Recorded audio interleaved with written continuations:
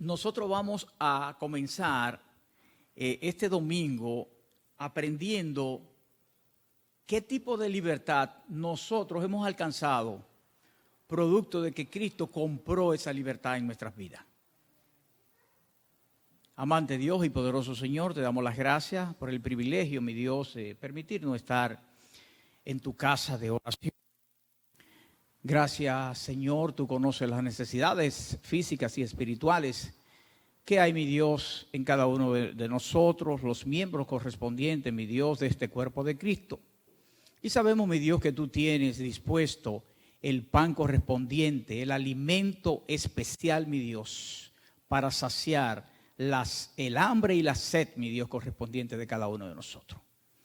Que este tema, mi Dios, que nosotros vamos a empezar en este día, sea de refrigerio para nuestro espíritu, sea de verdadera libertad, mi Dios.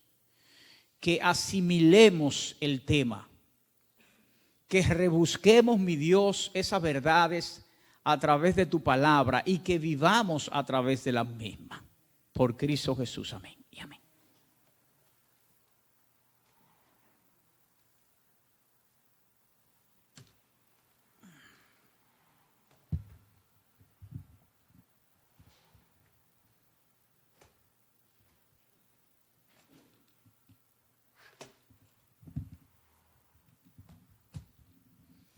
Pues bien, hermano, capítulo 21, el capítulo 21, nos faltan como 11 capítulos nada más para terminar el folleto correspondiente de la Confesión de Fe de Londres de 1689. Y verdaderamente hasta ahora, esto ha sido un verdadero manjar. Yo espero que cada uno de ustedes se hayan instruido y hayan saboreado cada uno de estos temas tal como yo lo he hecho. Capítulo 21. El capítulo 21 trata, como dijo la hermana, de la libertad cristiana y de la libertad de conciencia.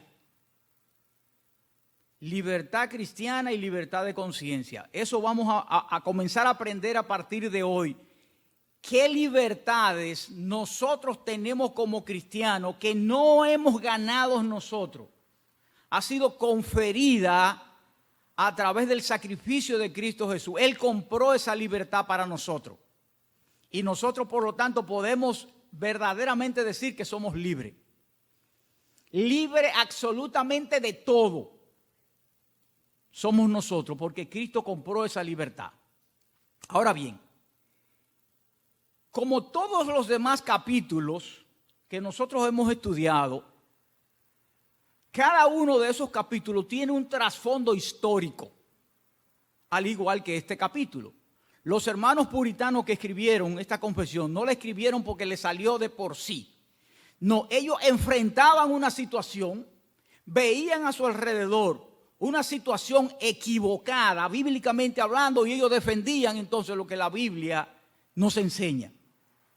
Y eso exactamente es lo que va a ocurrir a partir de hoy con el capítulo 21 de la libertad cristiana y la libertad de conciencia.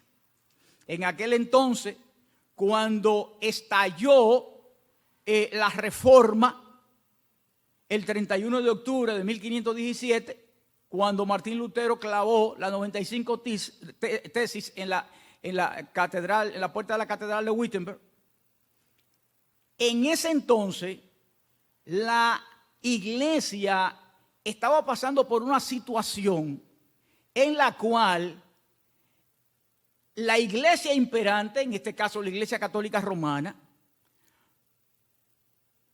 estaba transmitiéndole a sus adeptos mandamientos humanos y que vivieran a través de los mismos.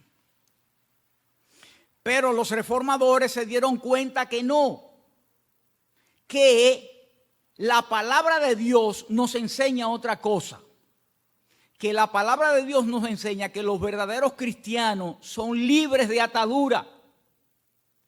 ¿Por qué? Porque los reglamentos humanos lo único que hacen es imponernos a nosotros. no haga esto, no haga aquello, a esto, puede ir allí, puede no ir, etcétera, etcétera. Pero eso no es lo que nos enseña la palabra de Dios.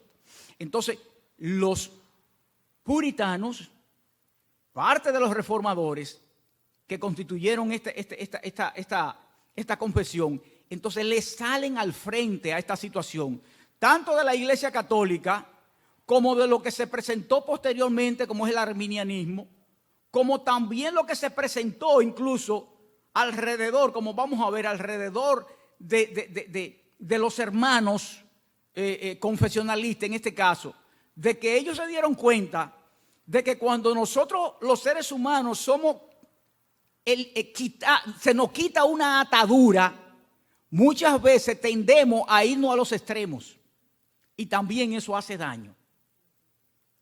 Entonces ellos estaban enseñando, comenzaron a enseñar que no, que el cristiano tiene verdadera libertad en Cristo y verdadera libertad de conciencia cuando nosotros abrigamos lo que es la verdad del Evangelio.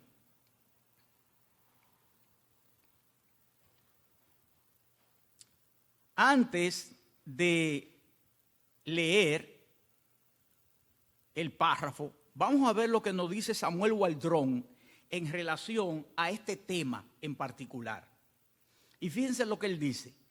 Él dice, el totalitarismo eclesiástico, o sea, el totalitarismo eclesiástico es cuando la iglesia se apodera del poder del pueblo en relación a las creencias y a las tradiciones que tiene el pueblo. Eso es cuando la iglesia toma ese poder en sus manos. Y luego dice él, el totalitarismo estatal, que en este caso es todo lo contrario, cuando el Estado hace lo que la iglesia quiere hacer, adueñarse también de las creencias del pueblo y de las prácticas que el pueblo hace. Dice, y el perverso reaccionismo, cuando habla del perverso reaccionismo, está hablando de lo que dije anteriormente, que cuando a ti te quitan una atadura, tú muchas veces tiendes a irte a un extremo. Por ejemplo, ustedes se acuerdan que del antinomianismo, por ejemplo, ustedes se acuerdan, que se produjo a consecuencia en la reforma, el antinomianismo, que era el antiley, vivir sin hacerle caso a la ley, sin que la ley tuviera absolutamente nada que ver con nosotros. Pero eso no es lo que nos enseña la palabra de Dios. Ahora, ¿por qué ellos hacían eso? Bueno, porque si ellos salieron de una iglesia que les decía que había que hacer la ley, entonces inmediatamente yo me quito el yugo de ellos. No, ya yo no quiero saber entonces de lo que tú me enseñaste, pero de una manera radical. Eso es lo que se llama el perverso reaccionismo. Dice, son algunos de los factores que forman parte del telón histórico de este capítulo 21. O sea que los hermanos estaban reaccionando con este capítulo 21 a defenderse de la Iglesia Católica por un lado y de las demás corrientes que salieron que no eran corrientes bíblicas. Dice, la Iglesia Católica Romana pretendía tener una autoridad excesiva sobre la conciencia de los cristianos. ¿Por qué? Porque era que la Iglesia Católica no permitía que la gente leyera la palabra, en primer lugar, y en segundo lugar, entonces, en vez de transmitirle lo que la palabra decía o dice, ellos le transmitían la costumbre que ellos tenían. Entonces, demandaba que los hombres creyeran, la Iglesia Católica demandaba que los hombres creyeran sus pronunciamientos sin verificación escritutaria. O sea, sin que tú fueras como hicieron los hermanos de Berea. Déjame ver si es verdad que lo que ellos me están diciendo lo dice aquí. Estaba prohibido prácticamente. Dice, y se adjudicaba el derecho de hacer leyes que añadían a la palabra de Dios. Desgraciadamente, nosotros sabemos que esto no ha variado en nuestros días. En nuestros días la Iglesia Católica Romana sigue igualita, en ese sentido, haciendo leyes humanas. Pero algo muy triste es que también muchas congregaciones cristianas han caído en este legalismo de la Iglesia Católica Romana. Porque nosotros incluso hemos tenido la experiencia de venir de esas corrientes donde nos dicen, no puede usar pintalabios, no puede ir al salón de belleza, no puede ponerte pantalones, no puede hacer esto, no puede hacer aquello. Esas son leyes humanas que no lo dice la palabra de Dios. Las iglesias reformadas, sigue diciendo Waldron, las iglesias reformadas se vieron envueltas en un terrible fuego cruzado. Ellos estaban en medio y por aquí estaba la iglesia católica y por aquí estaba el otro extremo. Y todo el mundo tirando, ¿verdad? Dice, había un conflicto de siglos que libraba al tiempo de la reforma entre los que pensaban que la iglesia era la autoridad humana suprema y los que pensaban que el Estado era la autoridad humana final. O sea, había dos bandos. Esos dos bandos decían, no, la iglesia tiene que estar bajo la estructura de la iglesia. Otros decían, no, tiene que estar bajo la estructura del Estado. Y los dos estaban equivocados, como vamos a ver. Aún muchos de los reformadores fueron influenciados por este segundo punto de vista, o sea, por el punto de vista de irse hacia el Estado, entregarle la iglesia al Estado. Dice, para salvarse del dominio del Papa romano, pusieron sus iglesias bajo la protección y autoridad de los gobernantes civiles. Lutero en Alemania y Enrique VIII en Inglaterra eran exponentes de este punto de vista. Fíjense que hasta Lutero metió la pata en eso, porque entregó la iglesia al Estado, huyéndole al Papa. Claro está, ¿verdad? En contraste con ambos extremos, el cristianismo reformado insistió en la doctrina de la libertad cristiana. Enseñaron que ni la iglesia ni el Estado poseían una autoridad total sobre el cristiano, que es parte de lo que vamos a estudiar en el día de hoy. Existía además el peligro, y los puritanos podían verlo alrededor de ellos, que los hombres, al desechar el yugo de Roma, reaccionaran con todo tipo de exceso. O sea, se iban a los extremos. En este caso, como fue el caso de los antinominianos. Eso es lo que Samuel Waldron escribió en relación al tema que nosotros vamos a proponer en este hermoso día. Por ejemplo, nosotros sabemos por la historia que, por ejemplo, el movimiento pentecostal, que primeramente se llamaba el movimiento de santidad, se levantó en el siglo XVIII y XIX, más en el XX, porque fue en el 1901, si no me equivoco, que surgieron ellos. El resultado de que la iglesia pentecostal resurgiera fue producto de la frialdad que existía en las iglesias que entonces imperaban. Esa frialdad fue tomado por un grupo de cristianos, y fíjense cómo entonces ellos pensaban. Bueno, en esas iglesias son fríos, en esa iglesia no aplauden, ahora vamos a aplaudir hasta más no poder. En esa iglesia utilizan ciertos instrumentos nada más para la música, vamos a utilizar una banda de música ahora. En esa iglesia no saltan, bueno, vamos a brincar hasta el techo. Y así surgió las iglesias pentecostales. Vamos a ver entonces el capítulo 21. Y en este capítulo 21 vamos a ver una división. Vamos a ver primero lo que es la composición de la libertad cristiana. ¿Lo puede poner ahí? No, composición de la libertad cristiana. Un poquito. Ese es exacto.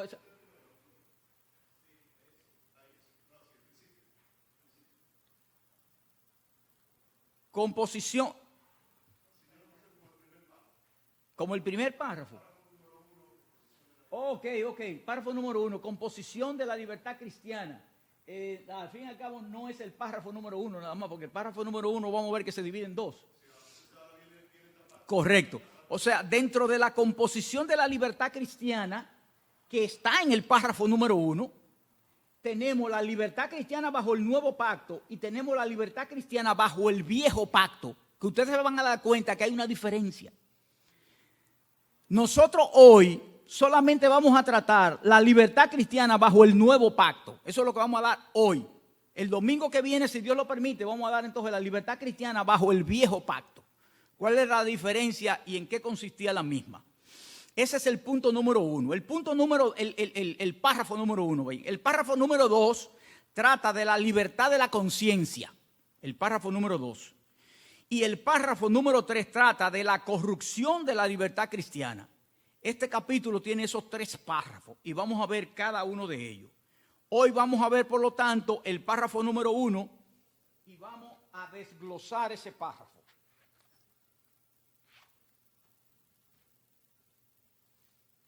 Vamos a desglosar el párrafo número 1. Y el párrafo número 1, como ustedes ven, se compone de 2 partes. Fíjense que incluso el mismo folleto lo divide. Del 1 al 4 una parte y del 6 al 5 del 5 al 6 otra parte. La primera parte corresponde a la libertad cristiana bajo el nuevo pacto. Y la segunda parte corresponde a la libertad cristiana bajo el viejo pacto. ¿Ok? Vamos a ver entonces la libertad cristiana bajo el nuevo pacto. Dice, la libertad que Cristo ha comprado para los creyentes bajo el Evangelio consiste en la libertad de la culpa del pecado, de la ira condenatoria de Dios y de la severidad y maldición de la ley. Y en ser librado de este presente siglo malo, de la esclavitud de Satanás y del dominio del pecado, del mal de las aflicciones, del temor y aguijón de la muerte, de la victoria sobre el sepulcro y de la condenación eterna. Y también consiste en su libre acceso a Dios y en rendirle obediencia a Él, no por un temor servil, sino por un amor filial y una mente dispuesta. Eso es lo que nosotros vamos a estudiar en el día de hoy. Si ustedes se pueden dar cuenta y leyeron bien el párrafo correspondiente, debiéramos ser pentecostales en ese sentido ahora mismo. Brincar, saltar de alegría de todo lo que Dios a través de Jesucristo nos ha librado a nosotros. Y vamos a hacer algo muy importante como lo hacemos siempre, y es confrontar cada uno de esos puntos con lo que dice la palabra de Dios. Y vamos a ver si es verdad que la palabra apoya esto. ¿Ok? Dice así: la libertad que Cristo ha comprado para los creyentes. Nosotros tenemos una libertad como creyentes, pero esa libertad no es una libertad gratuita. Esa libertad costó. Esa libertad fue un pago caro. La vida de nuestro gran Dios y Salvador Jesucristo costó eso. Nosotros estábamos unidos al pecado, estábamos esclavizados por el pecado, éramos pecadores consuetudinarios antes de ser sellados por el Espíritu Santo y libertados de ese yugo. Y entonces vinimos a ser esclavos de un nuevo amo, pero de un mejor amo, claro está, Jesucristo.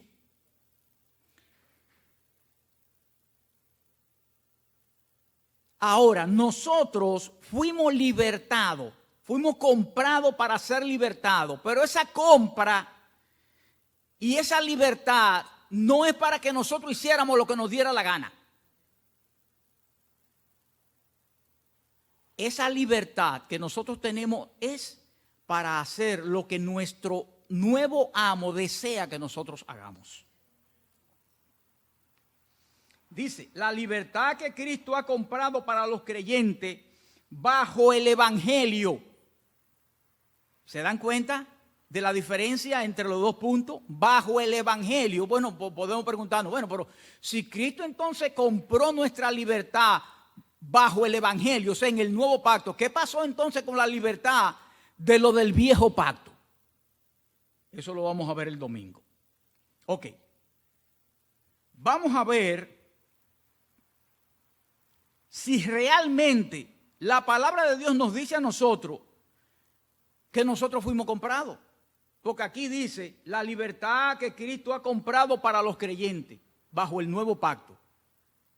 Vamos a ver lo que nos dice 1 Corintios 6, capítulo 20, en su parte A, que es la que me interesa. Dice, porque habéis sido comprados por precio. Porque habéis sido comprados por precio. 1 Corintios 7, 23, en su parte A dice, por precio fuisteis comprados. Hablando de los creyentes, de aquellos que han sido sellados con el Espíritu de Dios. Y 1 Pedro 1, 18 y 19 dice, sabiendo que fuisteis rescatados, o sea, comprados, de vuestra vana manera de vivir, la cual recibisteis de vuestros padres. ¿Por qué la palabra de Dios dice que fuimos rescatados de vuestra vana manera de vivir, la cual recibisteis de vuestros padres? ¿Por qué Él dice eso? ¿Qué nos transmitieron a nosotros nuestros padres? El pecado original. O sea, la consecuencia del pecado original fue transmitida por nuestros padres. Por eso dice, la cual recibiste de vuestros padres. Dice, no con cosas corruptibles, como oro o plata, sino con la sangre preciosa de Cristo, como de un cordero sin mancha y sin contaminación. Por eso nosotros fuimos rescatados, fuimos comprados. Entonces, realmente la palabra dice que nosotros fuimos comprados y fuimos comprados por Cristo Jesús. Pero ¿qué sucede? Que también dice la libertad que Cristo ha comprado. ¿En qué consiste esa libertad? ¿Cuál es esa libertad? ¿Hay apoyo bíblico para nosotros decir que somos libres? Bueno, miren lo que dice Juan 8:32. Y conoceréis la verdad y la verdad os hará libre. ¿En qué contexto está diciendo Jesucristo esto? Lo está diciendo en el siguiente contexto. Habían unos judíos que querían ser discípulos de Jesús. Y Él le dijo que si el que quería seguirlo tenía que cumplir sus mandamientos. Entonces después dijo, y conoceréis la verdad y la verdad os hará libre. ¿Por qué? Porque la verdad se conoce a través del conocimiento de la palabra. Ellos se pusieron bravos por esto, porque Él les dijo, y conoceréis la verdad y la verdad os hará libre, porque era como si le estuvieran diciendo, ustedes son esclavos. Pero desde el punto de vista humano ellos lo entendieron. Jesucristo no quería decirle eso, pero ellos lo entendieron desde esa perspectiva. Mira, nosotros nunca hemos sido esclavos de nadie, pero ellos estaban mintiendo, porque ellos habían sido esclavos de los egipcios, habían sido esclavos de los babilónicos, habían sido esclavos de los medopersas, habían sido esclavos de los griegos. Y ahora, en ese mismo instante que ellos estaban diciendo eso, estaban siendo esclavos de los romanos. Entonces, ¿por qué ellos estaban diciendo que ellos no eran esclavos de nadie? Entonces Jesucristo le dice lo que verdaderamente ellos eran. Dice, no. Es que todo aquel que hace pecado, esclavo es del pecado. Por eso que ustedes son esclavos. Anteriormente le había dicho, ustedes son hijos del diablo, por eso. Y termina diciéndole que el Hijo os libertare, seréis verdaderamente libres. Si el Hijo os libertare. ¿Por qué? Porque Él le acaba de decir, y conoceréis la verdad, y la verdad os hará libre. Ahora, ¿quién es la verdad? Juan 14:6, ¿qué me dice? Yo soy el camino y la verdad. O sea, y la vida. Él es la verdad. Él es esa verdad que hay que escudriñar para ser verdaderamente libre. Entonces, si nosotros tenemos libertad, producto de que Cristo nos ha libertado, y nosotros somos siervos de Jesucristo.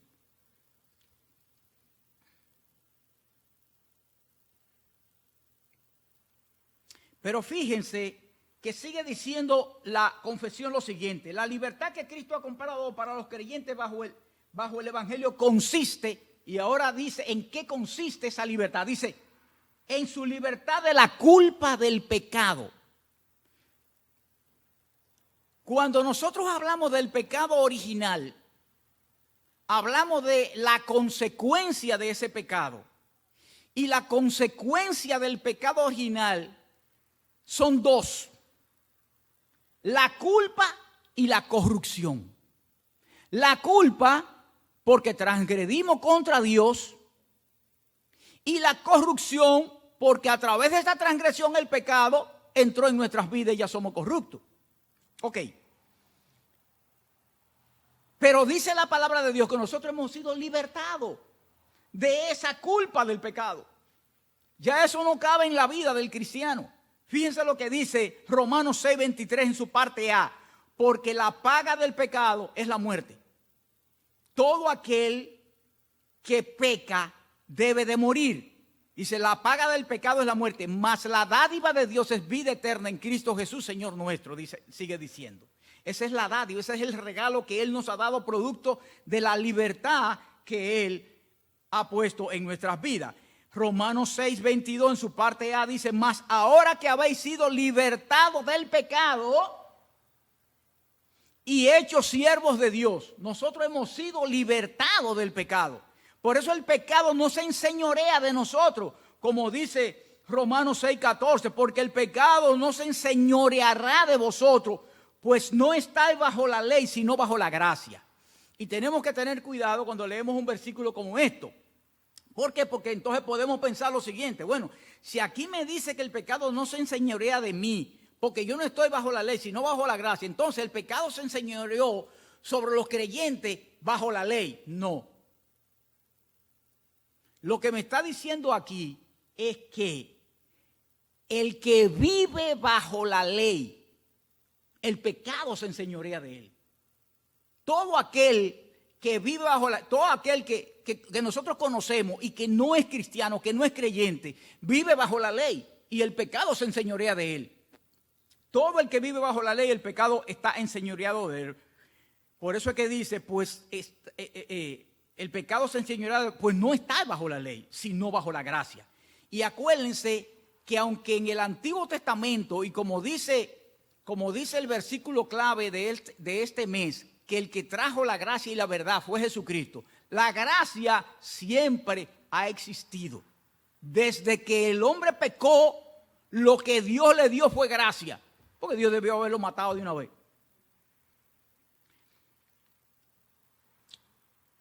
Pero sigue diciendo el texto, la libertad que Cristo ha comprado para los creyentes del Evangelio consiste en la libertad de la culpa del pecado, pero también en la libertad de la ira condenatoria de Dios. La ira de Dios no está sobre el creyente. Fíjense lo que dice el Salmo 7, versículo 11. Dice, Dios es juez justo y Dios está airado contra el impío todos los días. Todos los días está airado contra el impío.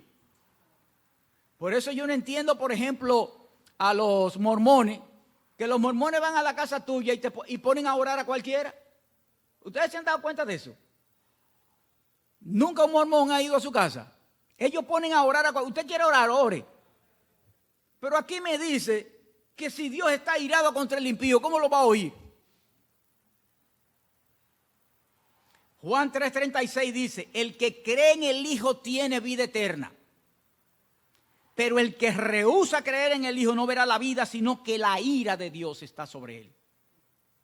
Hermano, Dios ha quitado, Jesucristo a través de la compra que ha hecho de nosotros, ha quitado la ira de Dios de nuestras vidas. Ahora bien, ¿quién es el único que puede librarnos de la ira de Dios? Vamos a ver lo que nos dice 1 Tesalonicenses 1:10. Dice, y esperar de los cielos a su Hijo, el cual resucitó de los muertos, a Jesús, quien nos libra de la ira venidera. Quien nos libra de la ira venidera. Tenemos a alguien que nos libró de la ira del Padre. Sigue diciendo la confesión de la ira condenatoria de Dios y de la severidad y maldición de la ley nos ha librado Jesucristo. La severidad y la maldición de la ley. ¿Por qué la ley es severa? ¿Por qué la ley es severa? ¿Desde qué punto de vista nosotros conociendo lo que es la ley y lo que implica la ley para el ser humano, ella es severa, la ley? Es severa porque para usted poder salvarse a consecuencia de la ley, usted tiene que cumplirla desde que usted nació hasta que usted murió. Y eso nadie lo puede hacer. Cotidianamente cumplir la ley, eso nadie lo puede hacer. Por eso ella es severa. ¿Y por qué maldita? Perdón, la ley no es maldita, acuérdense. La ley no es maldita. Ahora, ella produce maldición en el ser humano.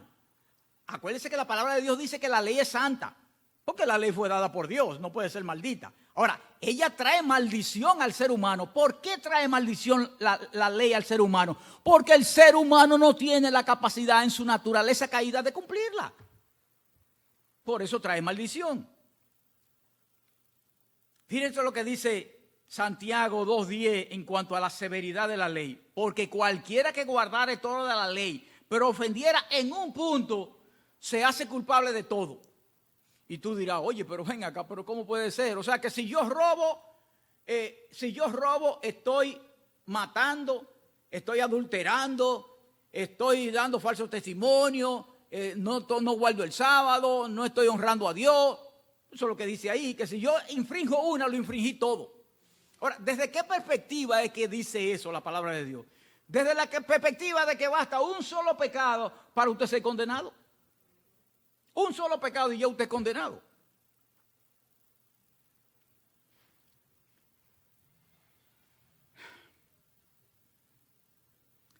Vamos a ver ahora un ejemplo de la libertad de la maldición de la ley. Gálatas 3:13 dice, Cristo nos redimió de la maldición de la ley.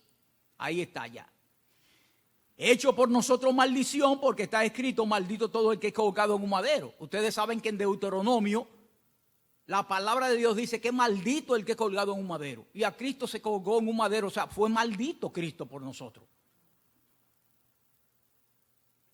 Pero Cristo nos redimió de la maldición de la ley producto de ese sacrificio que él hizo, dice la palabra de Dios. Y Gálatas 3, del 11 al 12 dice, y que por la ley ninguno se justifica para con Dios. Es evidente, porque el justo por la fe vivirá. Y la ley no es de fe, sino que dice, el que hiciera estas cosas vivirá por ellas. ¿Por qué la ley no es de fe? Porque la ley es por obra. La ley no es de fe. La ley te dice a esto, a aquello, no haga esto, no haga aquello. Eso es lo que dice, es obra la ley. Por eso no es por fe, no es de fe.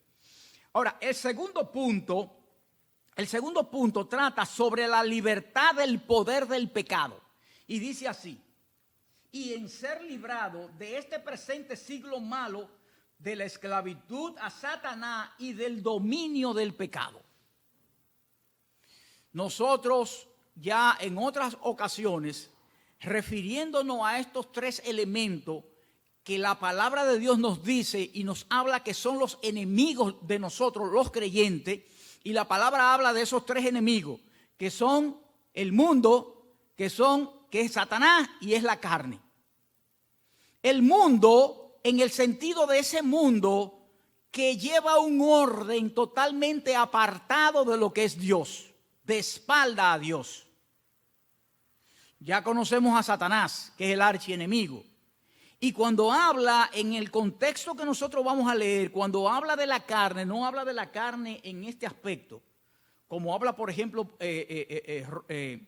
Romanos capítulo 7, del 14 en adelante, sino que la carne en este sentido es de la naturaleza humana corrompida que le ha dado la espalda a Dios, que no puede ligarse con Dios, que no puede unirse a Dios, que está totalmente desligada de Dios. Fíjense lo que dice Efesios capítulo 2, versículo 1 al 3. Dice así. Aquí vamos a ver a esos tres enemigos que nosotros tenemos. Dice, y Él os dio vida a vosotros cuando estabais muertos en vuestros delitos y pecados, en los cuales anduviste en otro tiempo, siguiendo la corriente de este mundo, conforme al príncipe de la potestad del aire, Satanás, y el espíritu que ahora opera en los hijos de desobediencia, Satanás, entre los cuales también vosotros vivimos en otro tiempo en los deseos de nuestra carne, haciendo la voluntad de la carne y de los pensamientos, y éramos por naturaleza hijos de ira, lo mismo que los demás. Ahí está ese mundo negativo, ahí está Satanás, el archirrival, y ahí está esa carne de la cual nosotros hablamos, de la naturaleza corrompida de la misma. Vamos a ver entonces apoyo bíblico de estos tres elementos, del mundo, de Satanás y de la carne, que la palabra de Dios, concomitantemente con lo que hemos leído, dice que nos ha libertado de esos elementos. O sea, no tenemos que estar subyugados a ellos. Dice así Gálatas 1:4, el cual se dio a sí mismo por nuestros pecados para librarnos del presente siglo malo, o sea, del mundo, conforme a la voluntad de nuestro Dios y Padre. Ustedes se han dado cuenta que la palabra de Dios utiliza siglo. O sea, nosotros sabemos lo que es un siglo. Un siglo son 100 años. Pero la palabra de Dios utiliza la palabra siglo no, en algunas ocasiones, no desde esa perspectiva de 100 años, sino como utiliza una época, sin importar la totalidad de la misma. Por eso, por ejemplo, en Lucas nosotros vemos que Cristo habla de el siglo presente y del siglo por venir. Cuando habla del siglo presente, me está diciendo desde la creación hasta aquí, desde la creación hasta la venida de Jesucristo. De la venida de Jesucristo para allá, entonces eso va a ser otro siglo. El siglo venidero, le dice él a eso. Y por eso es que aquí se habla del presente siglo malo. Vamos a ver cómo nos libramos de Satanás. Dice Hechos 26:18, para que ahora abra sus ojos, para que se conviertan de las tinieblas a la luz y de la potestad de Satanás a Dios, para que reciban por la fe que es en mí perdón de pecados y herencia entre los santificados. Hemos sido libertados. Por eso yo no entiendo cómo, sobre todo el pentecostalismo, habla de que los demonios en el cristiano. Eso no es verdad. Nosotros hemos sido librados de eso. Los cristianos no tienen demonio, hermano. Hemos sido librados de eso por Cristo Jesús. Y vamos a ver cómo hemos sido librados también del dominio del pecado. Por eso decimos que el cristiano peca, pero no practica el pecado. El que practica el pecado es que el pecado lo domina. Mira lo que dice Romanos capítulo 6, versículos 15 al 18. ¿Qué pues? ¿Pecaremos porque no estamos bajo la ley, sino bajo la gracia? En ninguna manera. ¿No sabéis que si os sometéis a alguien como esclavo para obedecerle, soy esclavo de aquel a quien obedecéis? Por eso Cristo le dijo a aquellos discípulos, a aquellos judíos que querían hacer sus discípulos, que el que hace pecado, esclavo es del pecado. Cuando él le dice el que hace pecado, lo que le está diciendo es el que practica el pecado. Y eso mismo es lo que nos está diciendo aquí.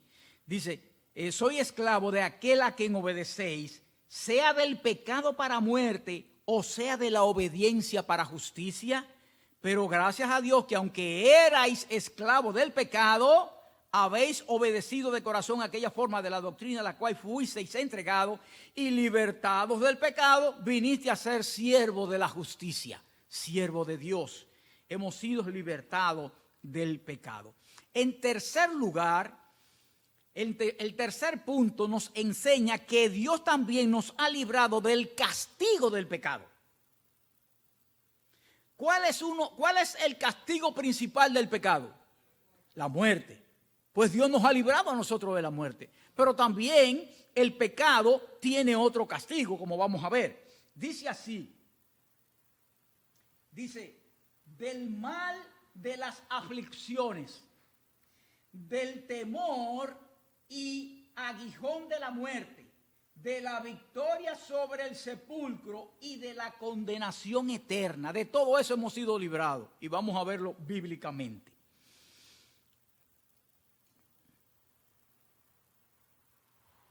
No somos librados, ahí dice que somos librados de las aflicciones, del mal de las aflicciones. No que somos librados de las aflicciones. Las aflicciones van a llegar a nuestras vidas. la consecuencia de las aflicciones es la que es la que ya nosotros somos libres. Vamos a verla. Dice, bueno, nosotros, Juan 16:33 nos habla de esas aflicciones. Dice, estas cosas os he hablado para que en mí tengáis paz. En el mundo tendré aflicción, pero confiad, yo he vencido al mundo.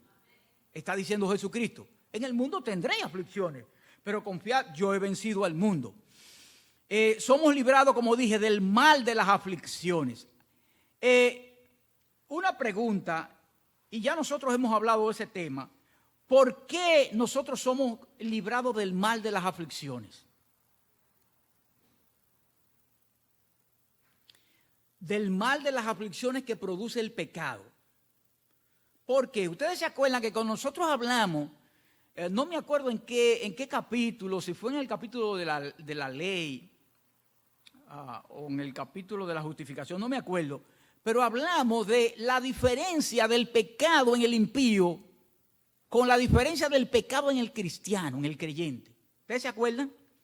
El pecado en el impío produce un círculo vicioso, lo mantiene en el círculo vicioso. El pecado en el creyente no hace eso. El pecado en el creyente paga la consecuencia del pecado, pero Dios utiliza el pecado ¿para qué? Para que el creyente crezca en santidad. Cuando nosotros pecamos, la conciencia de nosotros nos remuerde, nosotros vamos delante de Dios y confesamos nuestro pecado. Él nos perdona y eso hace que nuestra santificación aumente día tras día. O sea, el pecado del creyente, Dios lo utiliza para justificar su santificación, no así el incrédulo. Ok, entonces por eso es que el mal de las aflicciones no nos produce problemas a nosotros. Miren lo que dice Romanos 8:28, un versículo muy conocido. Y sabemos que los que aman a Dios, todas las cosas les ayudan a bien, todas. Entre ellas las aflicciones del pecado. Todas las cosas les ayudan a bien. Ahora bien, dice que somos librados del temor y aguijón de la muerte. O sea, no somos librados de la muerte, porque sabemos que todos morimos, ¿verdad?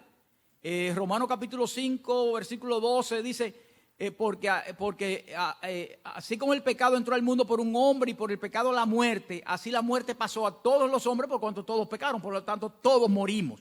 Ahora, la confesión nos está diciendo, y vamos a verlo por la palabra, que nosotros somos librados somos librados del temor de la muerte y del aguijón de la muerte. Miren lo que dice 1 Corintios 15, del 54 al 57. Y cuando esto corruptible se haya vestido de incorrupción y esto mortal se haya vestido de inmortalidad, hablando de nosotros, el creyente, muere, eso corruptible, que es la carne, se va a vestir de incorrupción. Y lo que es mortal, nosotros somos mortales, por eso morimos, se va a vestir de inmortalidad. Dice, entonces se cumplirá la palabra que está escrita, sorbida es la muerte en victoria. O sea, la muerte no va a tener ningún triunfo sobre nosotros. Ella va a ser vencida. Así como Cristo la venció al resucitar, nosotros también la vamos a vencer el día de la resurrección. ¿Dónde está?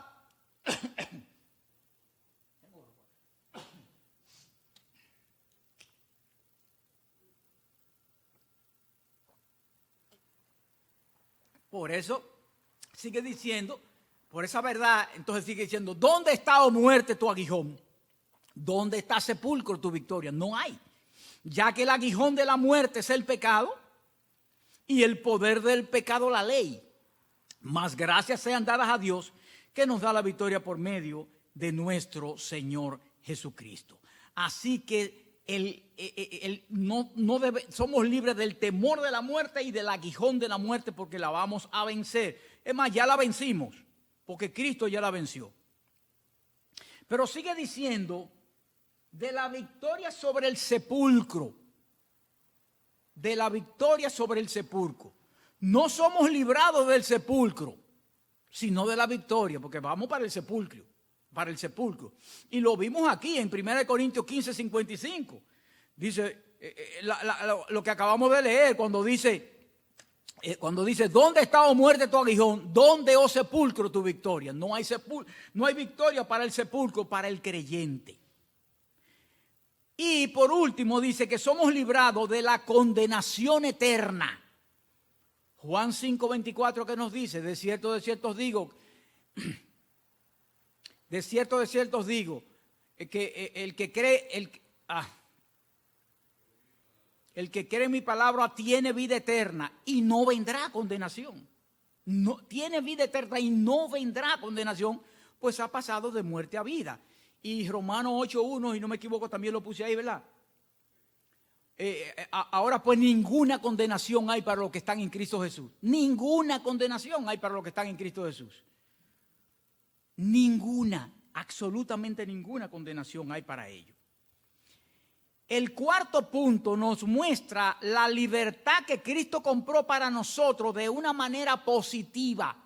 ¿Por qué yo digo de una manera positiva? Porque todo lo que hemos hablado ahora, esa libertad que Cristo nos ha dado, es de una manera negativa. Pecado, culpa, muerte, todo eso es negativo. Ahora vamos a ver lo que es positivo, la libertad positiva que Dios nos da. Dice así: y también consiste en su libre acceso a Dios y en rendirle obediencia a Él, no por un temor servil, sino por un amor filial y una mente dispuesta. Entonces nosotros, en ese cuarto punto, tenemos libre entrada al Padre. Eso es lo positivo. Tenemos libre entrada al Padre. Efesios 2, capítulo 8 dice... Efesios 2:18 dice, porque por medio de Él, o sea, de Cristo, los unos y los otros tenemos entrada por un mismo espíritu al Padre. Y Hebreos 4:16 dice, acerquémonos pues confiadamente al trono de la gracia para alcanzar misericordia y gracia para el oportuno socorro. Acerquémonos pues confiadamente al trono de la gracia, donde está el Padre. O sea, tenemos libre entrada al Padre como hijos de Dios, producto de la libertad que Cristo nos ha dado. Pero además tenemos obediencia a Dios. El impío no puede obedecer a Dios. Miren lo que dice Primera de Pedro capítulo 1, versículo 22, sobre todo en su parte A, dice, habiendo purificado vuestras almas por la obediencia a la verdad. O sea, eso es lo mismo que tú dijeras por la obediencia a Dios, por la obediencia a Cristo. Y Filipenses 2:8 dice, y estando en la condición de hombre, se humilló a sí mismo, haciéndose obediente hasta la muerte y muerte de cruz, hablando de Cristo. Pero como Cristo vivió la vida que yo tenía que vivir, esto también se aplica a mí. Y estando en condición de hombre, yo me humillé a sí mismo y me hice obediente hasta la muerte y muerte de cruz, porque Cristo lo hizo por mí.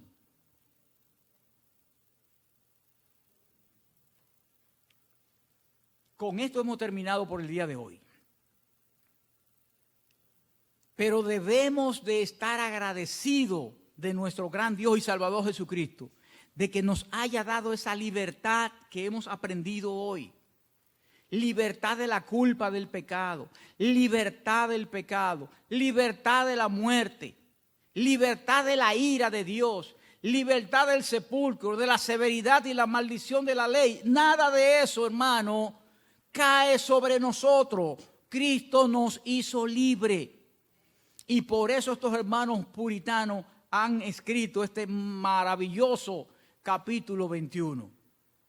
El domingo que viene vamos a ver en qué condición se encontraban los creyentes del antiguo pacto en relación a la libertad que Cristo compró para ellos también. Vamos a ver que hay una diferencia. Y esa diferencia, nosotros, los de este lado, hemos salido gananciosos. ¿Por qué? Porque la gente del antiguo pacto veían hacia el horizonte la promesa de su salvación. Pero nosotros hoy ya vemos el cumplimiento de esa promesa. Ellos estaban esperando por esa promesa, ya no, ya la promesa se hizo y nosotros ya sabemos que se hizo. Amante Dios y Padre Celestial, Dios eterno y todopoderoso, gracias porque a ti te ha placido, mi Dios, darnos el tiempo correspondiente para nosotros poder estudiar este capítulo acerca de la libertad cristiana desde esta perspectiva del nuevo pacto. Gracias, mi Dios, por cada uno de los puntos que hemos tocado. Gracias, Padre Celestial, porque verdaderamente nosotros debemos de sentirnos satisfechos, alegres, contentos, jubilosos, mi Dios, de tener un Dios como tú. Un Dios que nos ha librado de todos estos elementos negativos, dándonos también elementos positivos como lo que hemos visto. Poder entrar directamente, poder tomar ese teléfono directo a las 24 horas del día y poder comunicarnos contigo sin importar nuestra condición, sin importar nuestra situación, sin importar el lugar, sin importar, mi Dios, lo que vayamos a plantearte. Y además reconocer, mi Dios, que a través de esa libertad que Cristo ha comprado para nosotros, nosotros somos obedientes a ti. Que eso sirva no solamente como refrigerio en nuestras vidas, sino para ver el valor correspondiente que tienen nuestras vidas de parte de ti. Y poder, mi Dios, hacer que otros se acerquen a tu presencia, producto de conseguir también esa libertad que tú das a través de Cristo. Gracias, Padre, en el nombre de Jesús. Amén y amén.